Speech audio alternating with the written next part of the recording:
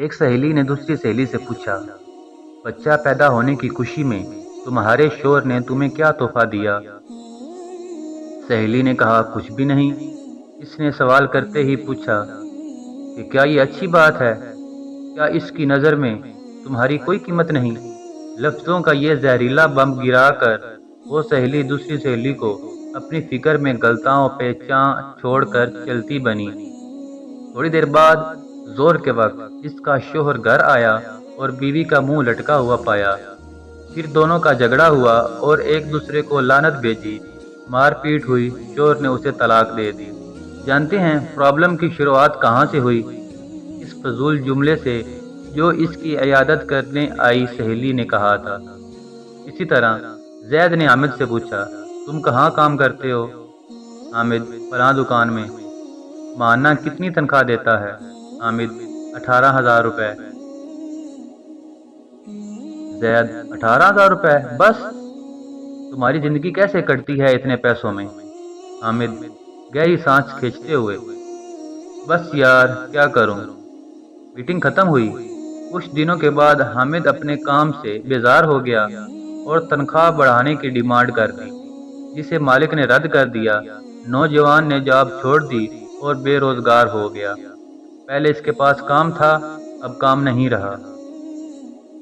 एक साहब ने एक शख्स से कहा जो अपने बेटे से अलग रहता था, तुम्हारा बेटा तुमसे बहुत कम मिलने आता है, क्या इसे तुमसे मोहब्बत नहीं? बाप ने कहा, बेटा मसरूफ रहता है, इसके काम का शेड्यूल सख्त है, इसके बीवी बच्चे हैं, इसे बहुत कम वक्त मिलता है। पहला आदमी बोला, वाह ये क्या बात हुई, तुमने उसे पाला पोसा, उसकी हर ख्वाहिश पूरी की, अब खुद को खामखा समझाते हो कि इसको मसरूफियत की वजह से मिलने का वक्त नहीं मिलता। ये तो ना मिलने का बहाना है। इस गुफ्तगू के बाद बाप के दिल में बेटे के लिए खलश सी पैदा हो गई। बेटा जब भी मिलने आता वो यही सोचता रहता कि इसके पास सबके लिए वक्त है सिवाय मेरे। याद रखिए, जुबान से निकले अल्फाज दूसरों पर बड़ा गहरा असर डाल सकते हैं। बेशक कुछ लोगों की जुबानों से शैतान बोल जाता है। हमारी रोजमर्रा की जिंदगी में कुछ सवालात हमें बहुत मासूम लगते हैं। तुमने ये क्यों नहीं खरीदा? तुम्हारे पास ये क्यों नहीं है? तुम इस शख्स के साथ पूरी जिंदगी कैसे चल सकती हो? तुम इसे कैसे मान सकते हो?